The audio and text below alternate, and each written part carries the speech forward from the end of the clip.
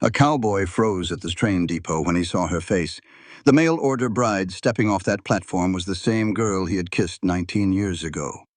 The girl who vanished the night her father was murdered. The girl he had spent 2 decades searching for. But when their eyes met, she did not smile. She looked at him with pure terror.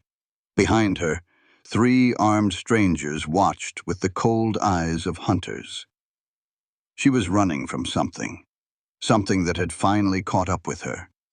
And now Jake had to decide. Would he become the monster he used to be to save the woman he never stopped loving?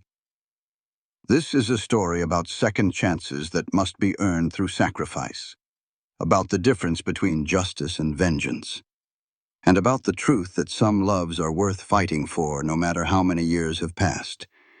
If you have ever wondered whether it is too late to fight for what you lost, this story will answer that question.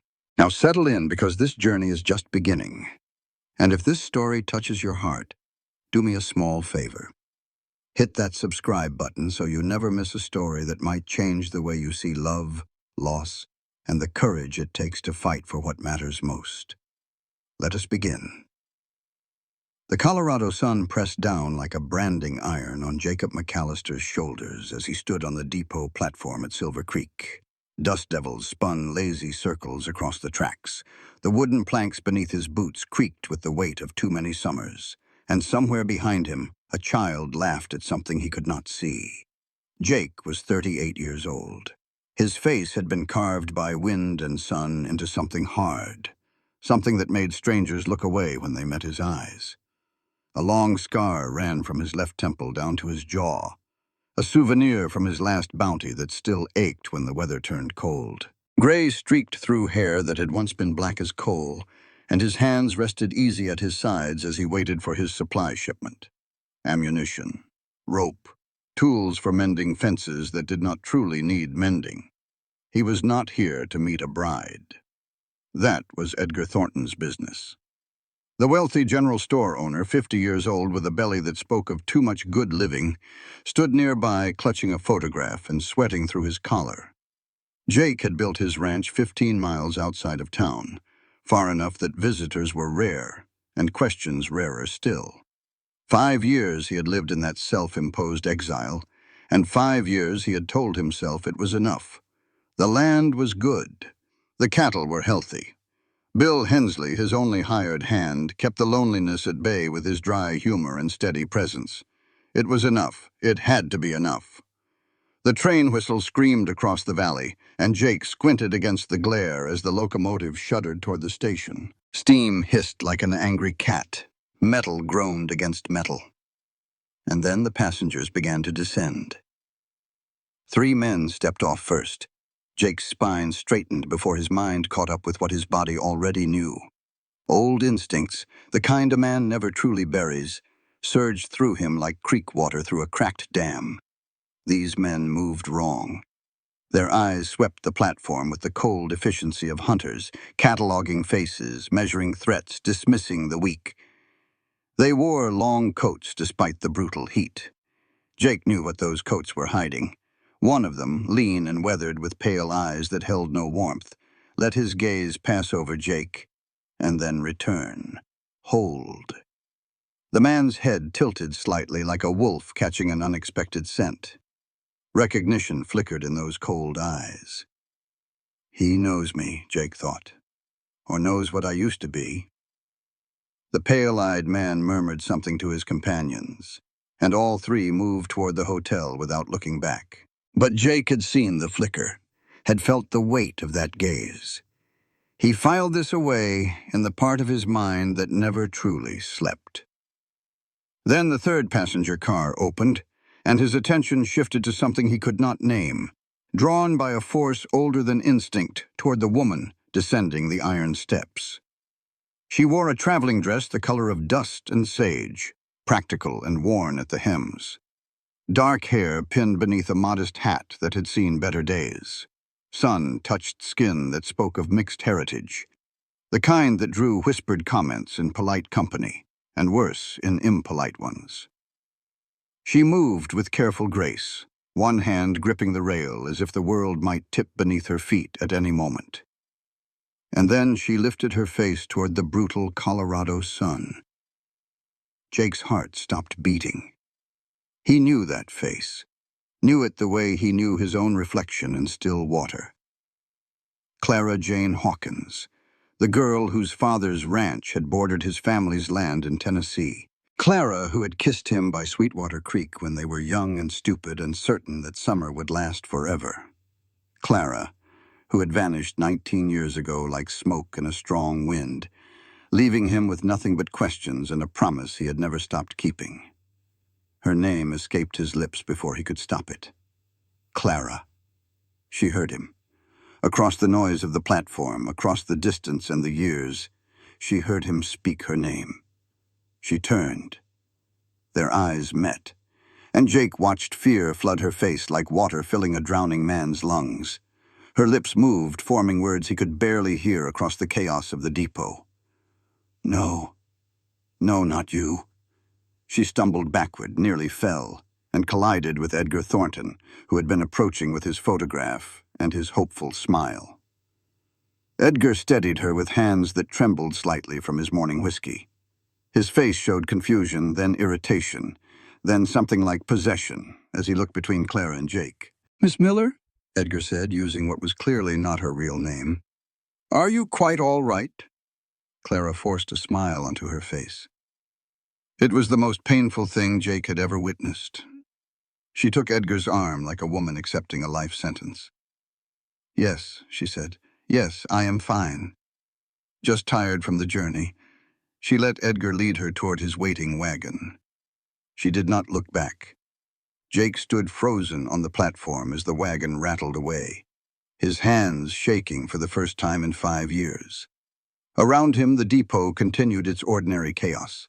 Porters shouted prices for carrying luggage. Trunks thudded against weathered wood. The train wheezed and groaned like an old man settling into an uncomfortable chair. But Jake heard none of it. Why was she afraid of him? Not surprised, not confused, not even angry at being found after all these years. Afraid. The kind of fear that lived in the bones, that came from running so long a person forgot what standing still felt like. The 3 strangers had paused near the hotel entrance. The pale-eyed one, their leader, watched Clara's wagon disappear around a corner with the patient attention of a man who had all the time in the world. Jake heard the man speak to his companions, his voice carrying just far enough on the thin mountain air. "She has changed," the pale-eyed man said. "But that is her. We wait." Jake's blood went cold. Whatever Clara was running from, it had followed her here. And now she was riding toward a homestead 5 miles outside of town, with a man who could barely protect himself from his own drinking habits, let alone a woman with hunters on her trail. Jake should walk away. Whatever trouble Clara had found, it was not his concern. He had built a life on the ashes of his old one, and that life did not include risking everything for a ghost from Tennessee. But his feet were already moving toward his horse. Some promises, it seemed, could not be buried. Not even under 5 years of silence and 15 miles of Colorado dirt. The ride back to his ranch would take less than an hour. He had until then to decide what he would do.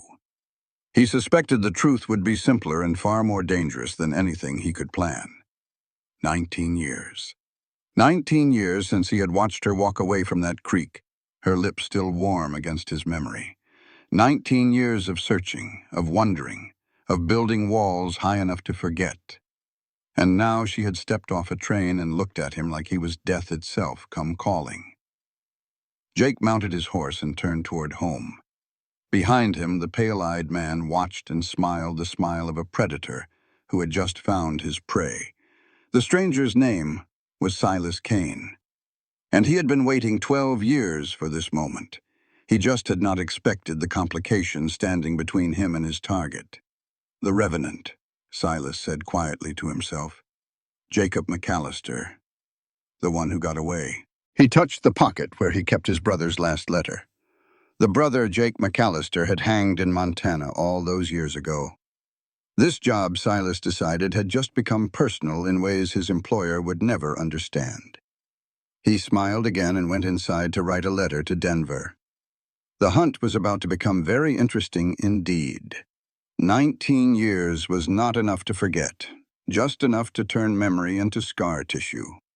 The sun had long since dropped behind the mountains when Jake reached his cabin. The familiar shapes of home emerged from the darkness like old friends. The barn where his horses nickered their greeting, the corral where his cattle had already settled for the night, the cabin itself with its chimney breathing thin smoke into the purple sky. Bill Hensley sat on the porch, whittling something that might have been a horse or might have been kindling. His crutch leaned against the rail beside him, a reminder of the leg he had lost below the knee at Antietam. At 62 years old, Bill had seen enough war and loss to fill 3 lifetimes. His wife and son had died in a Comanche raid 20 years past. He understood grief in ways that required no explanation. Jake dismounted and led his horse to the water trough, taking longer than necessary with the familiar task. His hands still were not entirely steady. "You look like you've seen a ghost," Bill said without looking up from his whittling. "I did." Bill's knife stilled. He waited with the patience of a man who had learned that silence often drew out more truth than questions. Jake climbed the porch steps and dropped into the chair beside his friend. The cabin door stood slightly ajar, the way it always did. Jake could not sleep in enclosed spaces anymore, not since the time a bounty had locked him in a root cellar for 3 days. The nightmares from that experience still found him sometimes, clawing at the edges of sleep. "Woman I knew when I was barely a man," Jake finally said. "Thought she was dead or gone forever. She stepped off that train today, coming to marry Edgar Thornton, that drunk who owns the general store." Bill whistled low. "Hell of a situation. She looked at me like I was the last person on earth she wanted to see." Jake stared out at the darkness gathering beyond the porch. "Like I was dangerous to her. Maybe a reminder of something painful. It was more than that. It was fear. The kind that comes from being hunted." Bill set down his whittling. His eyes, sharp despite his years, studied Jake's profile with the careful attention of a man who had learned to read people the way others read books. "Those 3 strangers who got off the train before her," Jake continued. "Hard men, armed under their coats. They were watching the crowd like wolves watching a flock of sheep. You think they are hunting her? I think they are the reason she ran all the way to Colorado to marry a man she has never met." Silence stretched between them. The night sounds of the ranch filled the space, crickets singing, horses shifting, the distant call of a coyote mourning something lost. "What are you planning to do?" Bill finally asked. "I do not know yet." Jake pushed off the porch rail and headed for the door. "First, I need to understand what I am dealing with." He paused with his hand on the doorframe, then turned back. "Bill. Those men on the train. One of them looked at me like he knew me, like he recognized something. Your reputation?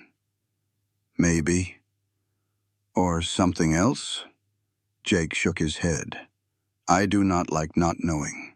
I have not liked that feeling since the day I hung up my guns." He went inside, leaving Bill alone with his whittling and his thoughts. That night, Jake could not sleep. He sat in the darkness of his cabin, staring at the locked box beneath his bed. 5 years since he had opened it. 5 years since he had touched what lay inside. The Colt Peacemaker. 14 notches carved into the grip. One for each man he had killed during his years as a bounty hunter. They had called him the Revenant back then, the one who returns from death. He brought in more wanted men dead than alive because dead men did not run and dead men did not shoot back. He had been good at killing, too good. The money had let him keep searching for Clara. Every town, every lead, every whispered rumor about a young woman from Tennessee who might have passed through years before. He told himself that was why he kept hunting men. For her. To fund the search. But the truth was darker than that. The truth was that somewhere along the way, the hunting had become its own reason. The violence had filled something empty inside him. The killing had made him feel powerful in a world that had taken everything he loved. Until the day he killed a 14-year-old boy. The kid had drawn on him outside a saloon in Montana. Just a boy playing outlaw, too young to know how fast real death could come. Jake's instincts had taken over before his mind could catch up. By the time he realized how young the boy was, the bullet had already punched through his chest. That was the day Jake had walked away, sold his reputation, bought land in Colorado with blood money, started building something instead of destroying it. But the Colt remained, hidden but not forgotten, like so many other things. The memories came whether he wanted them or not. Tennessee, summer of 1868. He was 19 years old, certain he knew everything worth knowing about the world. Clara Jane Hawkins was 17 with dark hair that caught the sunlight and a laugh that made everything else seem quiet by comparison. Her father's ranch bordered his family's land, and they had grown up in each other's shadows. Never quite friends until the summer, everything changed. He remembered the first time she looked at him different. They were standing in the shallows of Sweetwater Creek, water swirling cool around their ankles, and she had said something that made him laugh. When he looked up, she was watching him with an expression he had never seen before, something soft and hungry all at once. She kissed him that evening, rose up on her toes and pressed her lips to his while the sun bled red across the horizon. Her mouth tasted like summer and honeysuckle and everything good in the world. "Promise me," she had whispered against his mouth. "Promise we will have a life together. I promise." He had meant it with everything he was. 2 weeks later, gunshots shattered the darkness of a September night. Jake had been away delivering cattle for his father, gone 3 days on the trail. When he rode home, smoke still rose from the Hawkins ranch. Clara's father lay dead in the dooryard, shot through the heart. The house had been burned to the foundation. Clara and her younger sister Ellie had vanished without a trace. The town said it was bandits, random violence in a lawless time.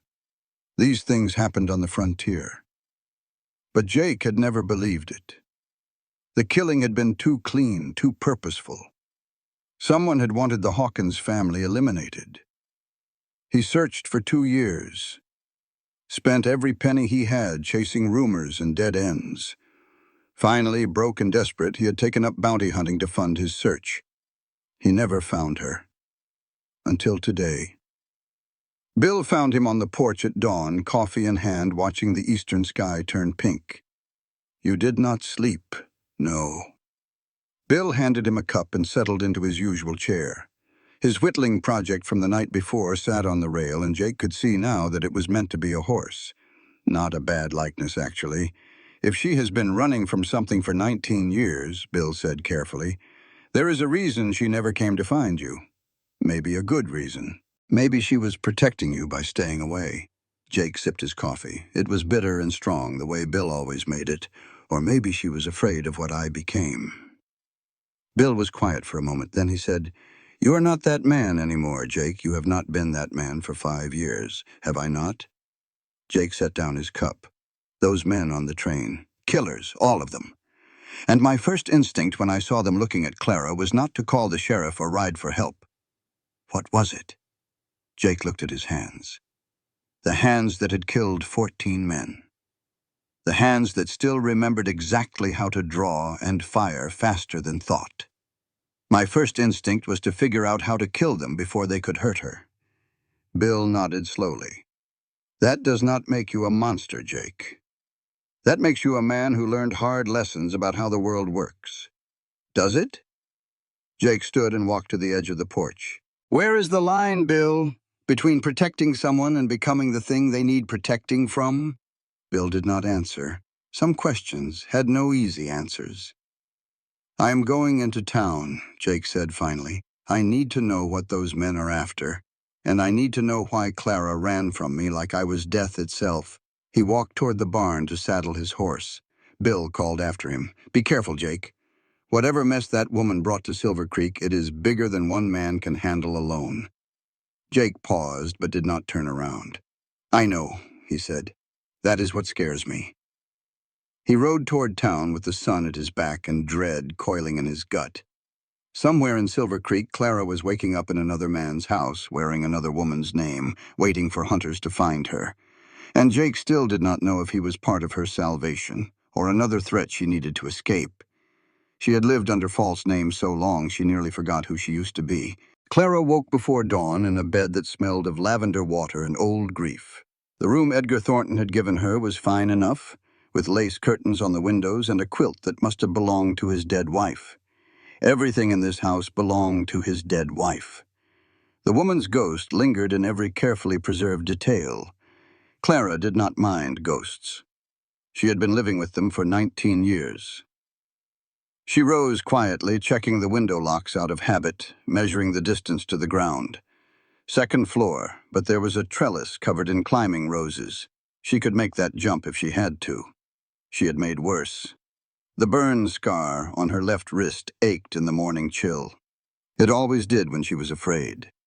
A permanent reminder of the day Silas Kane had held a hot iron to her skin, demanding to know where she had hidden the ledger books.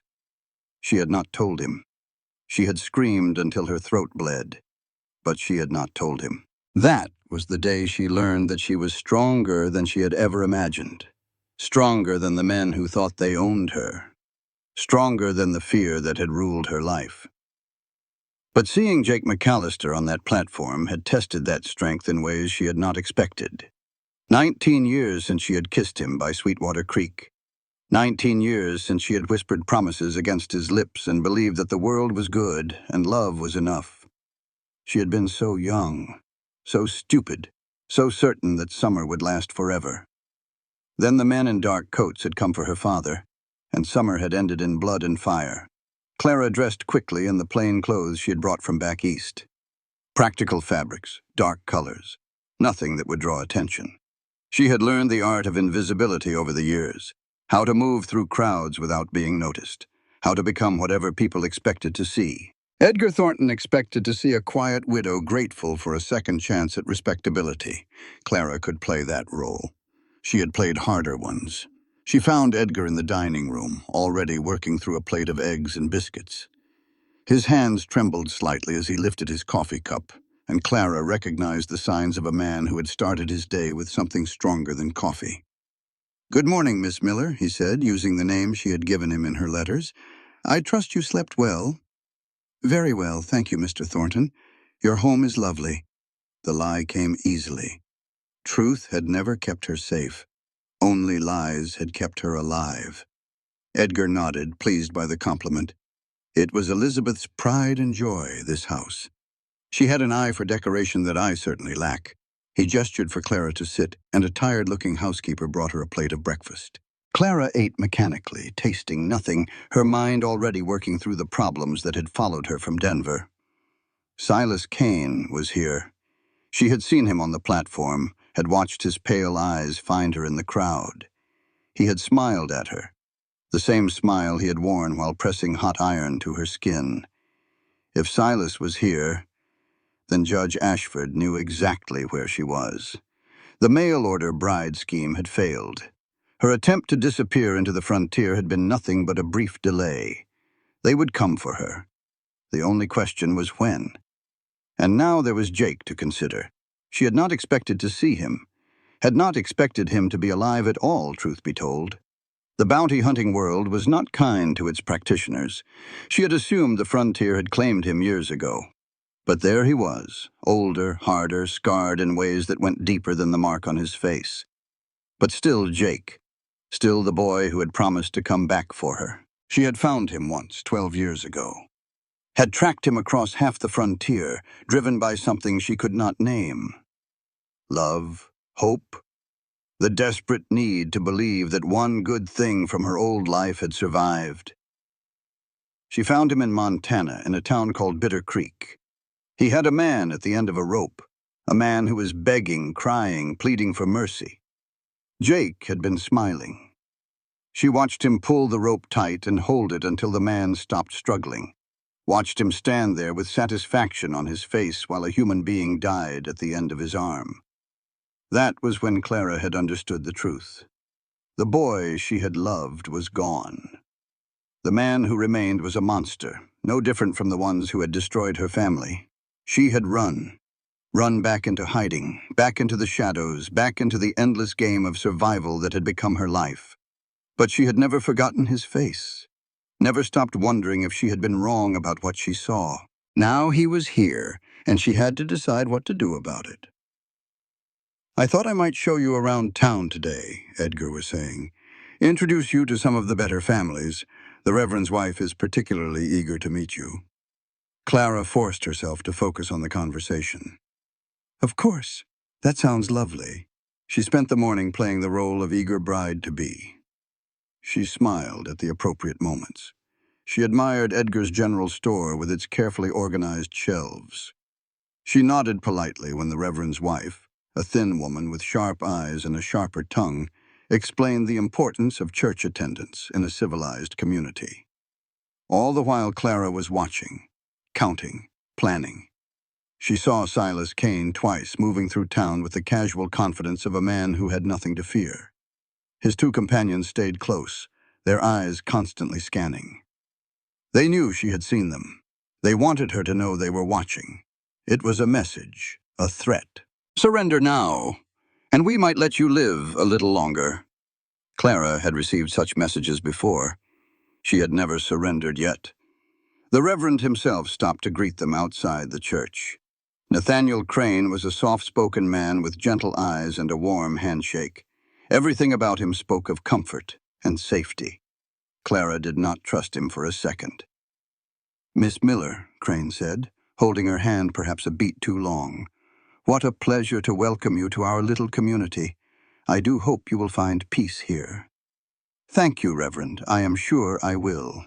But even as she spoke, something about Crane nagged at her attention. The way he moved, the way his eyes tracked across the street, marking the positions of Silas and his men without seeming to notice them at all. Preachers did not move like that, but men who had once worn guns did. She filed the observation away for later consideration. It was late afternoon when she finally found a moment alone. Edgar had business to attend to, and Clara had claimed a headache that required rest. Instead of returning to the house, she slipped out the back door and made her way through the alleys of Silver Creek. She needed to reach the cemetery. Her money and documents were buried there, hidden in a place no one would think to look. Without them, she had no options. She was halfway through a narrow passage between the livery stable and the blacksmith shop when a voice stopped her cold. "Clara."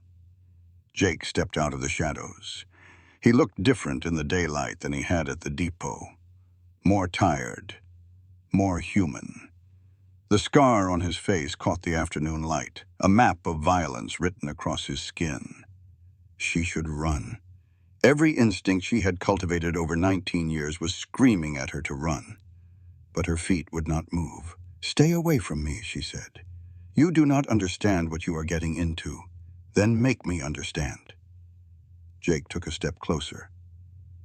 19 years, Clara. I searched for you. I spent every penny I had trying to find out what happened to you. I deserve something, even if it is just the truth." "The truth?" Clara almost laughed. The truth would get him killed. But something in his eyes stopped her. Something that looked almost like the boy she had loved, buried underneath all those years of violence and pain. She made a decision then, a calculated risk. She would tell him part of the truth, just enough to make him sympathetic, just enough to make him useful if she needed him. She had learned long ago that truth could be a weapon if wielded correctly. "My father saw something he should not have," she said. "Men with power wanted him silenced. They killed him and took my sister and me prisoner." Jake's face hardened. "Who? Who did this?" "A man named Ashford. Cornelius Ashford." Clara let her voice tremble slightly, playing on Jake's protective instincts. "He is a judge now. Powerful. Connected. He has been hunting me for years." She watched Jake process this information, watched his hands curl into fists at his sides. "Those men on the train. They work for him?" "Yes." Clara allowed a tear to escape, just one, carefully calculated. "They will kill me if they catch me. But first they want something I took from Ashford, something that could destroy him." Jake's eyes narrowed slightly. "What did you take?" Clara hesitated. She had not planned to tell him this much. But there was something in his expression, a sharpness that had not been there a moment before. He was testing her, seeing if her story held together. She had to be careful here. One wrong word, and he would know she was not telling him everything. "Documents," she said. "Records of his crimes. I stole them when I escaped. And where are these documents now?" "Safe."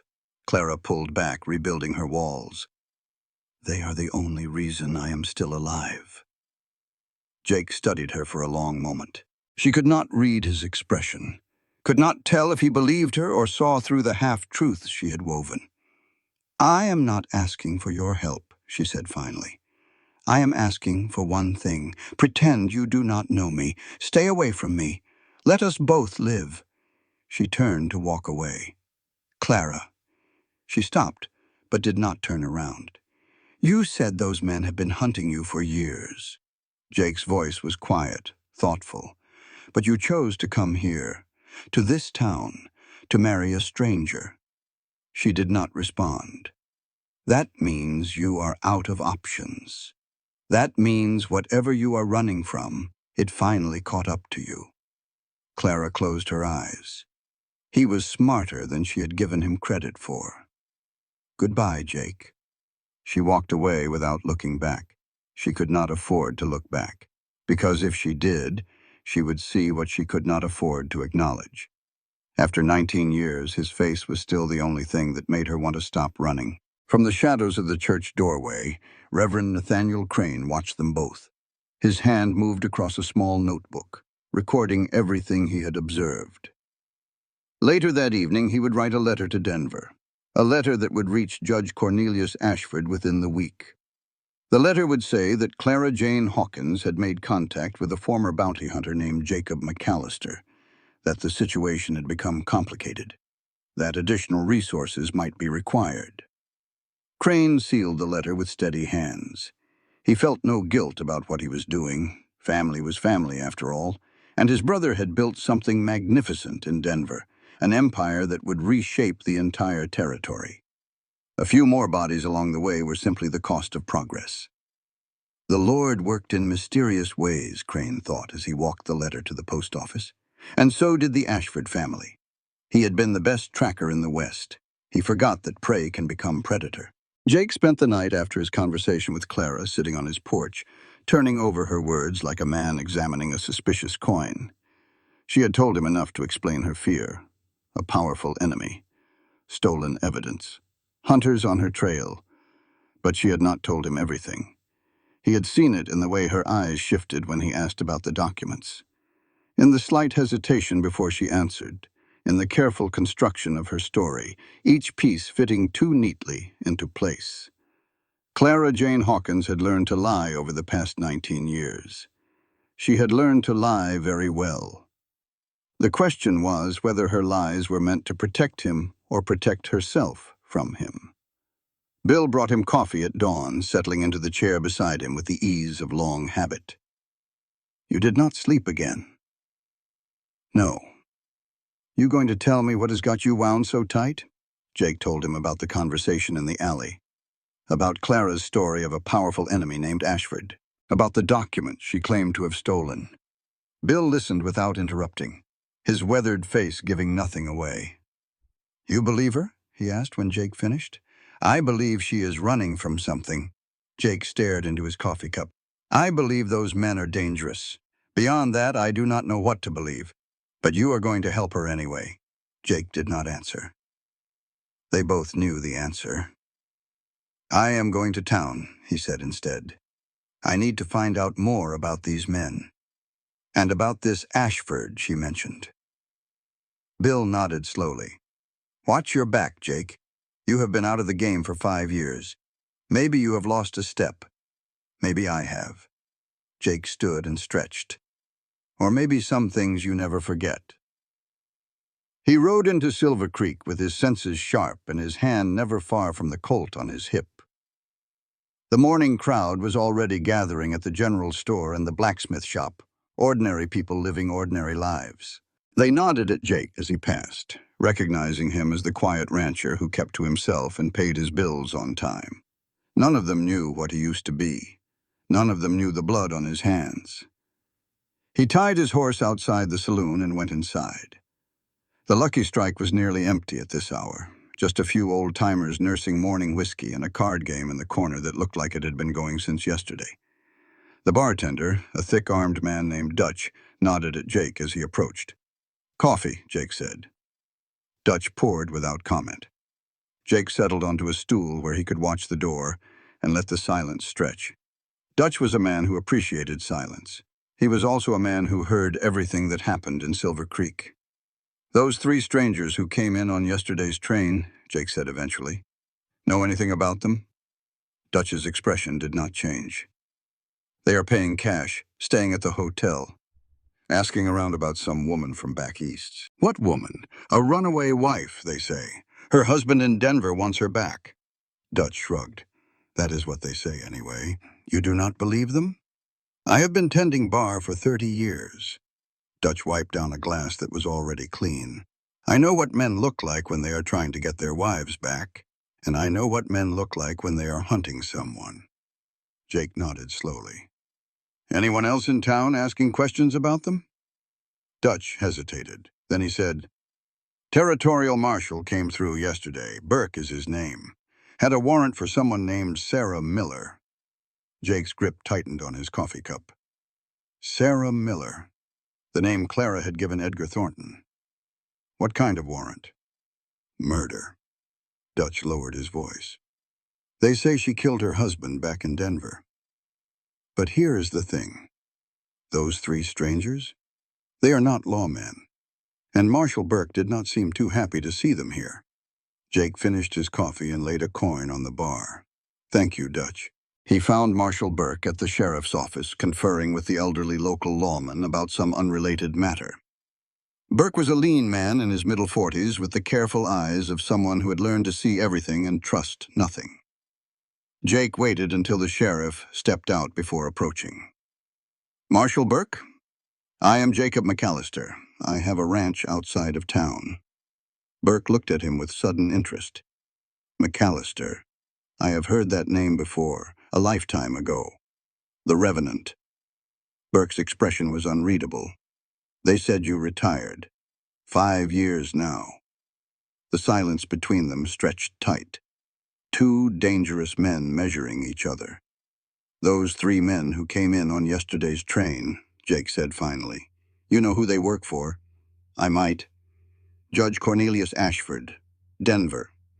Burke's eyes narrowed. "How would a retired bounty hunter know about Ashford's business?" "Because the woman they are hunting used to mean something to me, a long time ago. Sarah Miller." Jake shook his head. "That is not her real name. Her real name is Clara Jane Hawkins, and I do not believe she killed anyone who did not try to kill her first." Burke studied him for a long moment. Then he pulled a folded paper from his coat and laid it on the desk. "This is the warrant for Sarah Miller. Murder in the first degree. Victim was her husband, Robert Whitmore." Jake looked at the warrant without touching it. "But here is the thing," Burke continued. "I have been a marshal for 20 years. I know what a clean warrant looks like, and I know what a bought warrant looks like. This one smells like money. You think Ashford had it arranged. I think Judge Cornelius Ashford has a lot of power in Denver. I think he has connections to people who do not ask questions about where their orders come from. And I think those three men are not here to bring a murderer to justice. Then why are they here?" Burke folded the warrant and tucked it back into his coat. "I do not know yet. But I intend to find out." He looked at Jake with something approaching respect.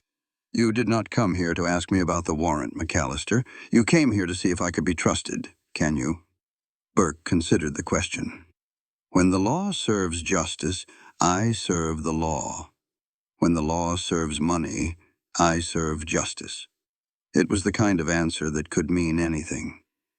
But Jake had been reading men for a long time, and something in Burke's eyes spoke of genuine conviction. "Watch yourself, Marshal." Jake moved toward the door. "Those men know I have taken an interest in Miss Hawkins. They will be watching me. I know how to watch without being seen," Burke called after him. "And McAllister, if you find any real evidence against Ashford, I want to see it." Jake paused at the door. Why? Because if that woman has what I think she has, it could bring down half the corrupt officials in Colorado. Burke's smile was thin and cold. And that is a prize worth risking my badge for. That night, Jake did something he had not done in 5 years. He broke into a man's room. Silas Kane was staying at the Silver Creek Hotel, the nicest of the town's 2 options for temporary lodging. Jake waited until he saw Kane leave the hotel with his 2 companions, heading toward the saloon for their evening drinks. Then he slipped around to the back of the building and climbed up to Kane's window. The lock was simple. Jake had it open in seconds. The room was sparse and neat, the belongings of a man who traveled light and traveled often. A few changes of clothes, a rifle case, a box of ammunition, and letters. Jake found them in a leather satchel hidden beneath the mattress. A stack of correspondence written in a careful, educated hand. The signature at the bottom of each one was simply 2 initials. C. A. Cornelius Ashford. Jake read quickly, memorizing the important details. The letters spoke of a woman who had stolen something valuable, something that could ruin everything Ashford had built. The letters spoke of recovery, not elimination. Ashford wanted this woman brought back alive. He needs her to testify that she killed her husband. Jake understood suddenly. This was not about murder. This was about silence. Ashford had killed someone and framed Clara for it. Now he needed her to confess, to take the blame, to protect him from whatever evidence she had stolen. If she confessed, she would hang. If she refused, she would disappear. Either way, she would be silenced. Jake was replacing the letters when he heard footsteps in the hallway. He moved without thinking, sliding beneath the bed just as the door opened. From his hiding place, he saw boots crossing the floor. Kane's boots, distinctive with their silver stitching. Kane stood still for a moment as if sensing something wrong. Then he moved to the window Jake had entered through. The window was still slightly ajar. Jake had not had time to close it completely. Kane chuckled softly. It was not a pleasant sound. "The Revenant," he said to the empty room. "I wondered when you would show up." He walked to the bed and sat down. The frame creaked under his weight, inches from Jake's face. "My employer thinks you are a complication," Kane continued, "but I think you are an opportunity. I have been waiting 12 years for this, McAllister." Jake held perfectly still, barely breathing. "You probably do not remember my brother. Samuel Kane, Bitter Creek, Montana. 1875. Kane's voice was conversational, almost friendly. "You hanged him outside the saloon. Made quite a show of it from what I heard." Jake remembered. He remembered every man he had killed. Samuel Kane had murdered a family in Wyoming, parents and 3 children. The youngest had been 4 years old. "I was in prison when it happened," Kane continued. "By the time I got out, you had disappeared. Gone to ground somewhere no one could find you." He stood and walked to the window looking out at the night. "But now here you are. And here I am. And between us is a woman who means something to both of us." Kane was quiet for a moment. "I am going to enjoy this," he said finally. "But first I need to send a letter to Denver." He left the room, closing the door behind him. Jake waited a full 5 minutes before sliding out from under the bed. His heart was pounding, but his hands were steady. Kane knew he was here, knew he was involved, and Kane had a personal vendetta that went far beyond his employer's interests. Jake slipped out the window and dropped to the ground below. As he landed, something fell from his coat pocket, a button, one of the silver buttons from his jacket. He did not notice the loss until he was already riding back toward his ranch. By then it was too late. Silas Kane found the button the next morning. He held it up to the light, examining the distinctive pattern. Then he smiled. The game, it seemed, was truly beginning. Sometimes the enemy of your enemy is not a friend, just someone who has not stabbed you yet. Clara made her move 3 nights after arriving in Silver Creek. She waited until Edgar Thornton had drunk himself to sleep, which happened reliably by 9 o'clock each evening. Then she slipped out the back door and made her way through the darkness toward the cemetery. Her documents were buried there, hidden in a place no one would think to look. A small oilskin package containing everything she needed to survive: money, false papers, and most importantly, the key to a safe deposit box in San Francisco, where the real evidence against Ashford waited. The ledger books themselves were too dangerous to carry. She had learned that lesson the hard way, but the key to where they were hidden, that she kept close. The cemetery was quiet and dark, the headstones casting long shadows in the moonlight. Clara found the marker she was looking for, a simple cross bearing the name of someone who had never existed. She had paid the gravedigger in Denver to create the false grave years ago. She was on her knees, digging in the soft earth at the base of the cross, when she heard movement behind her. 2 men emerged from behind a large monument. She recognized them immediately, the 2 hired guns who traveled with Silas Kane. "Going somewhere, Miss Miller?" one of them asked. Clara did not hesitate. She had survived 19 years by never hesitating. She threw the handful of dirt she was holding into the nearest man's face and ran. She made it maybe 20 feet before the second man caught her. His arms wrapped around her from behind, lifting her off her feet. She kicked and clawed and bit, drawing blood from his hand when he tried to cover her mouth. "Damn wildcat," he snarled.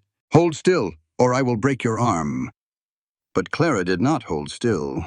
She had learned long ago that submission meant death. She had the scars to prove it. She was still fighting when a third figure emerged from the darkness. Jake McAllister moved like a ghost, silent and deadly. His fist connected with the first man's jaw before the hired gun had even fully turned around. The man dropped like a sack of grain. The second man threw Clara aside and went for his gun. He never got it clear of the holster. Jake was on him in 2 steps, driving a knee into his gut and an elbow into the back of his neck. Both men lay unconscious in the dirt. Jake stood over them, breathing hard, his eyes wild with something Clara had not seen in them before. "Are you hurt?" he demanded. Clara picked herself up, brushing dirt from her dress with shaking hands. "No, thank you."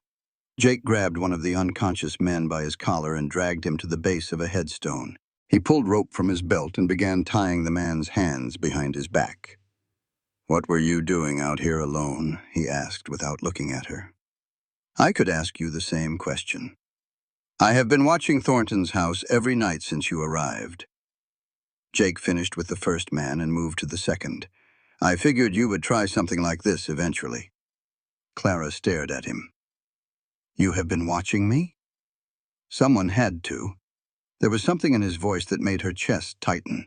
Not accusation, not anger. Something else entirely. The second man groaned and began to stir. Jake slapped him hard across the face. "Wake up, I have questions." The man's eyes focused slowly on Jake's face. Recognition dawned, followed quickly by fear. "McAllister," he breathed. "The Revenant. I do not use that name anymore." Jake drew his knife and held it where the man could see it. "But I still remember how to make men talk. So let us save ourselves some time." The interrogation was quick and brutal, not physically brutal. Jake never touched the man with the knife. But the threat of what he might do hung in the air between them like smoke.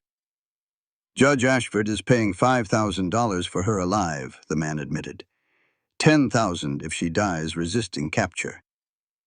Clara felt the blood drain from her face. He had raised the price. "What does he want with her?" Jake asked. "She stole something from him. Documents. He needs her to tell him where they are." "And then?" The man's eyes flicked to Clara and back to Jake. "And then she confesses to killing her husband. Takes the blame. Hangs for it."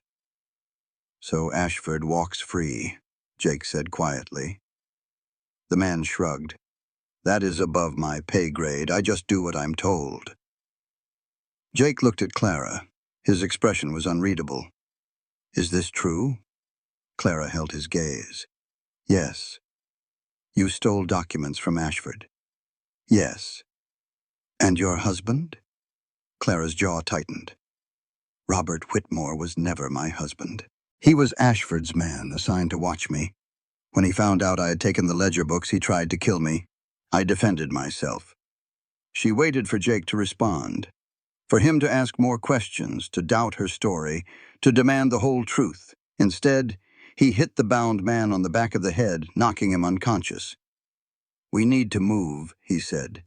"Kane will come looking for these two when they do not report back."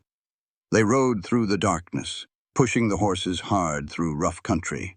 Clara's mount stumbled once on the uneven ground, and Jake caught her reins before she could fall. "There is a cabin," he said. "Abandoned mine shack in the hills. We can rest there until dawn." The cabin was little more than 4 walls and a roof, long since picked clean by scavengers and weather. But it had a door that closed and windows that watched the approach from all directions. Jake built a small fire while Clara caught her breath. "You said Ashford killed your father," Jake said, not looking at her, "because of something he saw." "Yes." Clara wrapped her arms around herself. "My father discovered that Ashford was using our land as a waypoint for his operations, moving people across the territory, selling them." Jake's hands stilled on the kindling. "Trafficking." "Yes." Clara's voice hardened. "Men, women, children. Hundreds of them over the years. My father was going to report what he had found to the territorial marshal, but Ashford found out first. He sent men in the night. They killed my father. They took my sister and me." Clara stared into the growing flames. "I spent 10 years as Ashford's prisoner. 10 years recording his crimes, managing his books, watching him sell human beings like cattle. And all that time, Ellie was held somewhere. I could not reach her. His insurance policy to make sure I stayed compliant. Where's your sister now?" "Still in Denver." Clara's voice cracked. "Still his prisoner. Still his. If I surrender, he kills her. If I run, he kills her. I have been trying to find a way to save her without dying myself. And the documents. I memorized everything, every transaction, every name, every body buried to keep Ashford's secret safe. Then I stole the original ledger books and I ran." She finally looked at Jake. "Those documents can destroy him. They can bring down half the corrupt officials in the territory. But as long as he has Ellie, I cannot use them." Jake was quiet for a long moment. The fire crackled between them. "I will help you," he said finally. Clara shook her head. "You do not understand what you are offering. Ashford has money, power, connections. He will destroy anyone who gets in his way. I understand exactly what I am offering." Jake met her eyes. "I am offering to do what I should have done 19 years ago. Fight for you." Clara felt tears burning at the corners of her eyes. She had not cried in years, had not allowed herself that weakness. "Why?" she whispered. "Why would you risk your life for me?" "Because I made you a promise once." Jake's voice was rough. "Because I have spent 19 years wondering what happened to you. Because when I close my eyes at night, I still see you standing by that creek in Tennessee." He stood and walked to the window, staring out at the darkness. "And because maybe this is my chance to prove that I am not the monster I became." Clara rose and crossed to stand behind him. "I found you once," she said quietly, "in Montana, 12 years ago." Jake went very still. "I tracked you for 6 months, followed rumors and whispers until I found the town where you were working." Clara's voice trembled. "You had a man at the end of a rope. He was begging for his life. And you were smiling, Jake." She saw his shoulders tense. "I saw what you had become and I ran. I ran because I was more afraid of you than I was of Ashford." Silence stretched between them. When Jake finally spoke, his voice was barely a whisper. His name was Samuel Kane.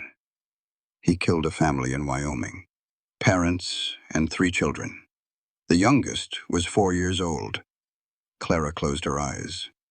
"I was not smiling because I enjoyed watching him die," Jake continued. "I was smiling because justice was finally being done. because for once the monster was punished instead of going free. He turned to face her. But you were right to run. What I became during those years was something dark, something that scared even me. That is why I stopped. That is why I walked away. Clara looked at him, really looked, for the first time since she had arrived in Silver Creek. She saw the scars on his face and hands, the gray in his hair, the weight of years in his eyes. But she also saw something else, something she had not expected to find. Pain, guilt, the desperate longing for redemption. He was not a monster. He was a man who had done monstrous things and hated himself for them. I do not know if I can trust you, she said honestly. I know. Jake's expression did not change.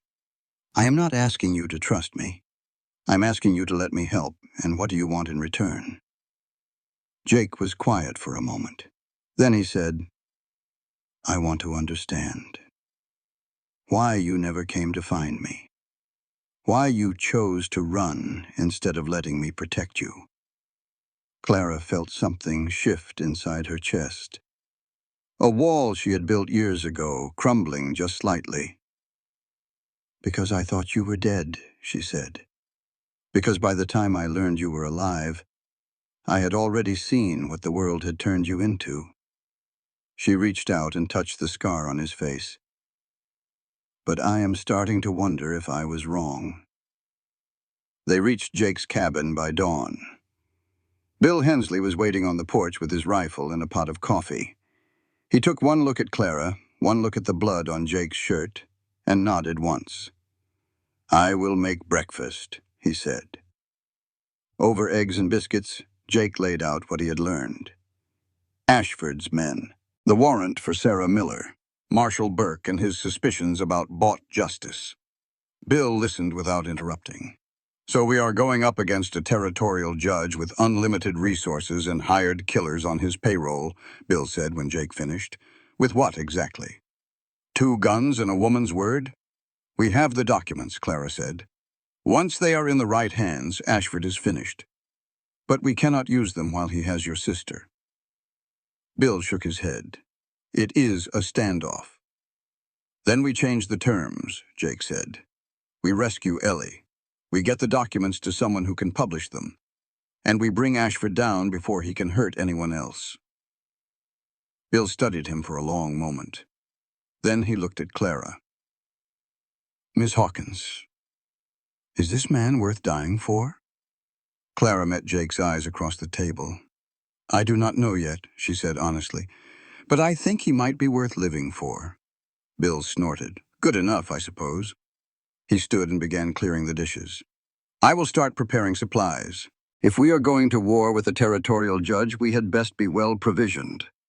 Jake caught Clara's arm as she rose to help. Thank you, he said quietly. For what? For giving me another chance. Clara looked at him, at this man she had loved as a girl and feared as a woman. Do not make me regret it. She went to help Bill with the dishes. Behind her, Jake watched her go with something like hope burning in his chest. It was a feeling he had not experienced in a very long time. Outside, the sun was rising over the Colorado mountains. And somewhere in Denver, Judge Cornelius Ashford was receiving a letter that would change everything. The letter was from Silas Kane. It told Ashford that his prey had found a protector. It also told him that Kane had unfinished business with that protector, business that had been waiting 12 years for resolution. Ashford read the letter twice. Then he smiled and began making preparations. If Clara Jane Hawkins wanted war, he would give her war. And when it was over, there would be nothing left of her or anyone who had tried to help her. Some men kill with knives, some kill with pens. Ashford did both, and smiled while doing it. Judge Cornelius Ashford arrived in Silver Creek exactly 1 week after Clara had stepped off the train. He came with an entourage of 12 men, an elegant carriage polished to mirror brightness, and a smile that would have charmed the devil himself. His white gloves gleamed in the morning sun as he stepped down to greet the townspeople who had gathered to see the important visitor from Denver. The judge was campaigning for the territorial legislature, his supporters said. He wanted to meet the good people of Silver Creek. He wanted to hear their concerns and win their votes. Clara watched from the window of Edgar Thornton's house as Ashford worked the crowd in the town square. Her hands were shaking, though she told herself it was from cold. 8 years since she had seen that face. 8 years since she had watched those gentle hands sign documents that condemned human beings to slavery. 8 years since she had heard that soft voice ordering her torture. He looked exactly the same. The distinguished gray hair, the kindly expression, the modest bearing of a man who wanted nothing more than to serve his community. No one looking at him would ever guess the truth. "Miss Miller?"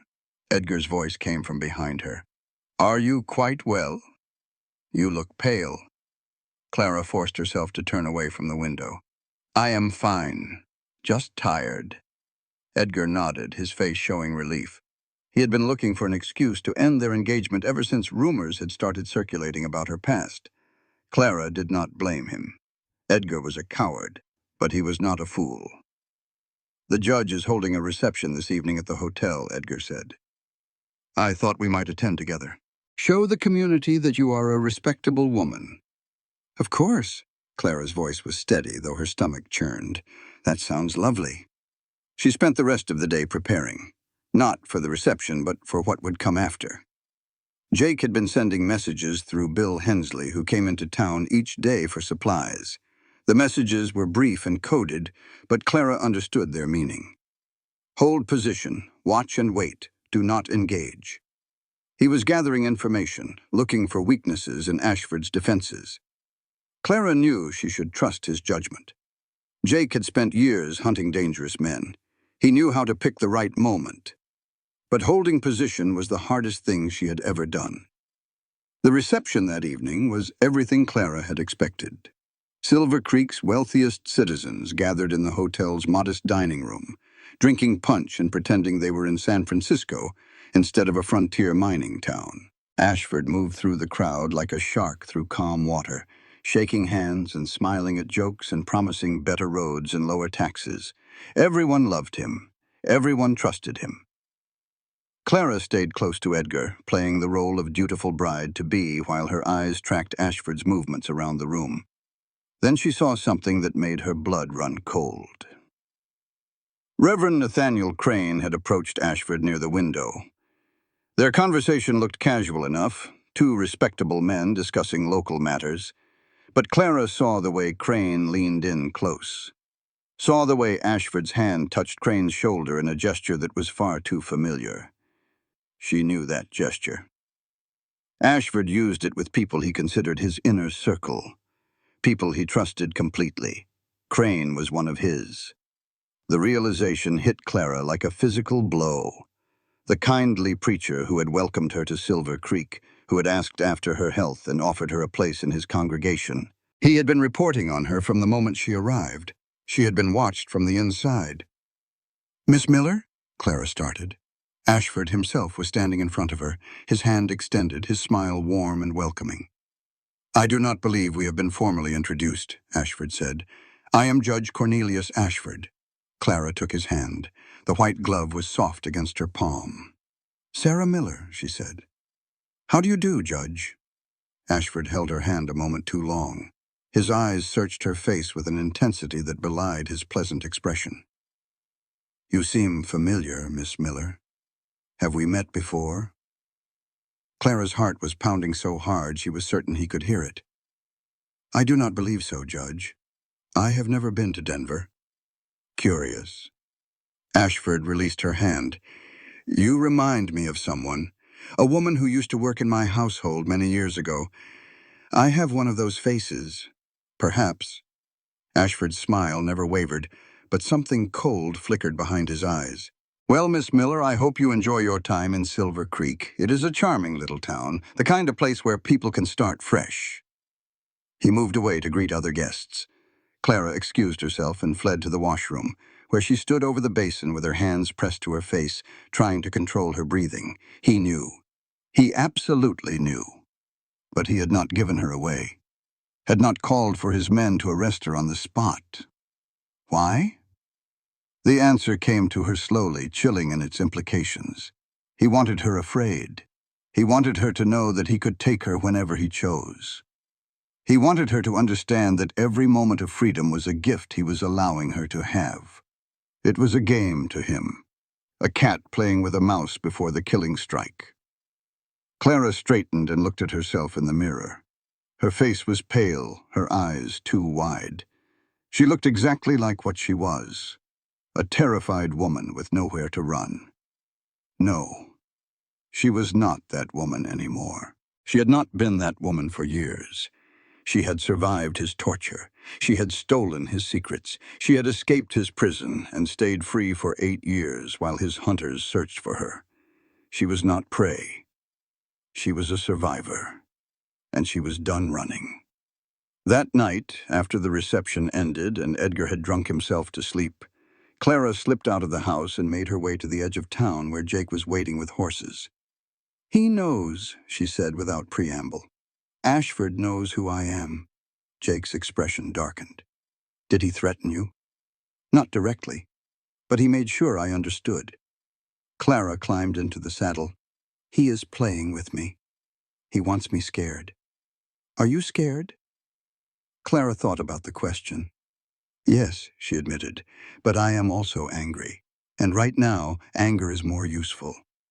They rode in silence for several miles before Jake spoke again. "I have been watching Ashford's men," he said. "Silas Kane has been making trips to the church every evening, meeting with Reverend Crane for what he calls spiritual guidance." Clara nodded grimly. "I saw them together at the reception. Crane is one of Ashford's." "I know." Jake's voice was hard. "Bill has been digging into Crane's past. There are no records of him anywhere before 1880. He appeared in Silver Creek 7 years ago with letters of recommendation that no one could verify. Because they were forged, almost certainly." Jake guided his horse around a fallen log. "The question is what to do about it. We cannot expose him yet. If Ashford knows we are onto Crane, he will accelerate his plans." "Agreed." Jake pulled his horse to a stop at the edge of a clearing. "But there is something else you should know." "What?" Jake turned to face her in the moonlight. "Marshal Burke came to see me today. He has been investigating Ashford quietly for months. He believes the judge is behind a network of human trafficking that spans the entire territory." Clara felt hope flicker in her chest. "Then he would be willing to help us? He wants to see your evidence first." Jake's expression was cautious, "and he wants something in return." "What?" "The name of the safe deposit box where you hid the ledger books." Clara shook her head immediately. "If Ashford gets that information, everyone I have worked to protect will die. Burke is not working for Ashford. You do not know that." Clara heard the steel in her own voice. "I have trusted the wrong people before. I will not make that mistake again." Jake studied her for a long moment. "Then we do this another way." He dismounted and tied his horse to a tree. "We rescue your sister. We get her somewhere safe. Then you decide what to do with the evidence." Clara dismounted beside him. "Why are you doing this?" she asked quietly. "You could walk away. No one would blame you." Jake's laugh was bitter. "You think I could walk away now, after everything?" He turned to face her, and in the moonlight she saw something raw and vulnerable in his expression. "I lost you once, Clara. I spent 19 years wondering what I could have done different, wondering if I could have saved you." He reached out and touched her face, his hand rough and gentle at the same time. "I am not losing you again. Not to Ashford. Not to anyone." Clara closed her eyes. "Jake, I am not asking you to love me." Jake's voice was barely a whisper. "I am not even asking you to forgive me for what I became. I just need you to let me try to make it right." Clara opened her eyes and looked at him. At this man she had loved and lost and feared and found again. "All right," she said. "We rescue Ellie. We bring down Ashford. Together." "Together," Jake agreed. Behind them, hidden in the shadows of the tree line, a figure watched and listened. Silas Kane had followed them from town. He had heard everything. And now he had exactly what he needed to report to Judge Ashford. The trap was about to close. The next morning, two things happened that changed everything. Edgar Thornton publicly ended his engagement to Sarah Miller, citing rumors of her questionable past. The townspeople watched with a mixture of sympathy and judgment as Clara was ejected from Thornton's house with nothing but the carpet bag she had arrived with. And Bill Hensley was found on the road outside of town, shot twice in the chest, and left to die in the dust. He was still alive when Jake reached him, barely. Jake knelt in the dirt, cradling Bill's head in his lap while Clara tried to stop the bleeding with strips torn from her dress. "Hold on, Bill," Jake's voice cracked. "Help is coming." Bill's eyes found Jake's face. Blood bubbled at the corners of his mouth. "Crane," Bill whispered. I found proof. His mother's maiden name was Ashford." "I know." Jake gripped Bill's hand. "We will get him, I promise." "No." Bill's grip tightened with surprising strength. "Not for me. For the girl." "What girl?" Bill's free hand fumbled in his pocket, pulling out a folded piece of paper. "Letter from my granddaughter. Never got to meet her." Tears were streaming down Jake's face now. "I will find her," Jake promised. "I will tell her what kind of man you were." Bill smiled, blood staining his teeth. "You are a good man, Jake. Better than you know." Bill's eyes shifted to Clara. "Take care of him. He is worth it." His hand went limp. His eyes closed. Bill Hensley died in the dirt on a Colorado mountain road, killed by men who worked for a judge who called himself civilized. Jake held him for a long moment. Then he gently lowered Bill's head to the ground and stood. Clara had never seen a man transform the way Jake transformed in that moment. His face went hard and cold, his eyes flat and empty. The rancher disappeared. The bounty hunter remained. "Clara." His voice was ice. "Get to the cabin. Get to the... Lock the door. Do not come out until I come for you. Jake, wait." But he was already walking toward his horse, his hand on his gun, his mind somewhere she could not follow. "Jake, please." Clara ran after him and grabbed his arm. "This is what they want. They want you angry. They want you to make a mistake. They killed Bill." "I know." Clara's voice was steady despite her fear. "And they will pay for it. But not like this. Not in a way that gets you killed and leaves me alone." Jake turned to look at her. For a moment she saw the monster he had warned her about. The Revenant. The killer who had earned 14 notches on his gun. Then she saw something else. Something broken and hurting beneath all that rage. "He died for you," Jake said hoarsely. "They killed him because he was helping us. He died for both of us." Clara reached up and touched his face. "And the best way to honor that is to finish what we started. To bring down Ashford. To save Ellie. To make sure his death means something." Jake closed his eyes. "I do not know if I can do this without becoming what I was." "You can." Clara felt the truth of it in her bones. "Because I will be there to remind you." Silence stretched between them. The wind blew dust across the road where Bill's blood still stained the ground. Finally, Jake opened his eyes. "All right," he said. "We do this together." They buried Bill that afternoon in a quiet spot under an oak tree behind Jake's cabin. There was no preacher, no hymns. Just two people standing over a grave, saying goodbye to a man who had deserved better. "I will not add another notch out of hatred," Jake said quietly. "But for justice, I will add as many as it takes." Clara took his hand. "Together," she said. "Together," he agreed. And somewhere in the valley below, Judge Cornelius Ashford was receiving the report from Silas Kane. "They buried the old man," Silas said, "and now they are planning something. The woman and the bounty hunter. Together." Ashford smiled and adjusted his white gloves. Perfect, he said. Let them plan. Let them hope.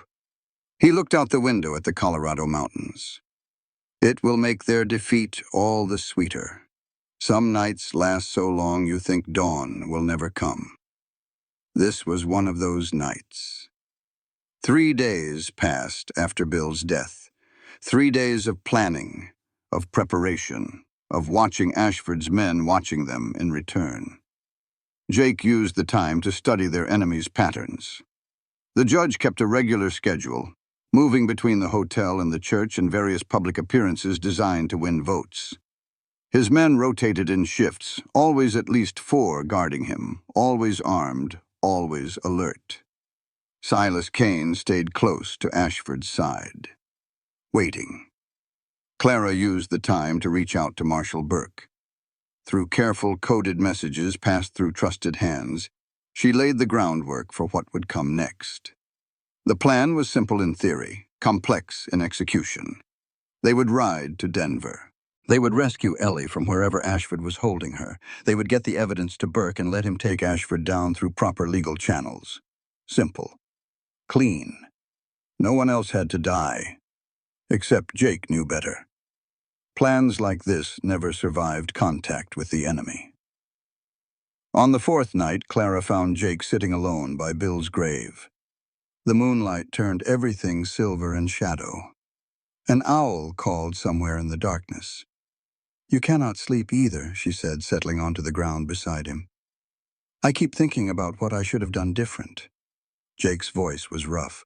"If I had been there, if I had not let him ride into town alone, you could not have known. Could I not?"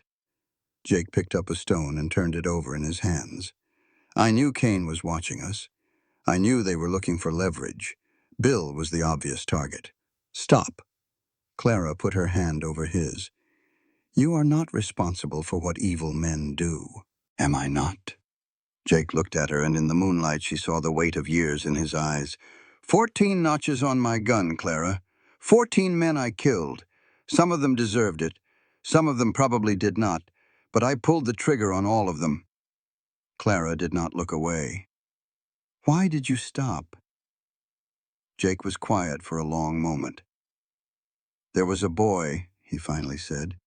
14 years old, playing outlaw with a gun he did not know how to use. He drew on me outside a saloon in Montana. I put a bullet through his chest before my brain caught up with my eyes." Clara closed her eyes. "His mother found him." Jake's voice was barely a whisper. She held him in her arms and looked at me like I was the devil himself. And I realized she was right. That is exactly what I had become.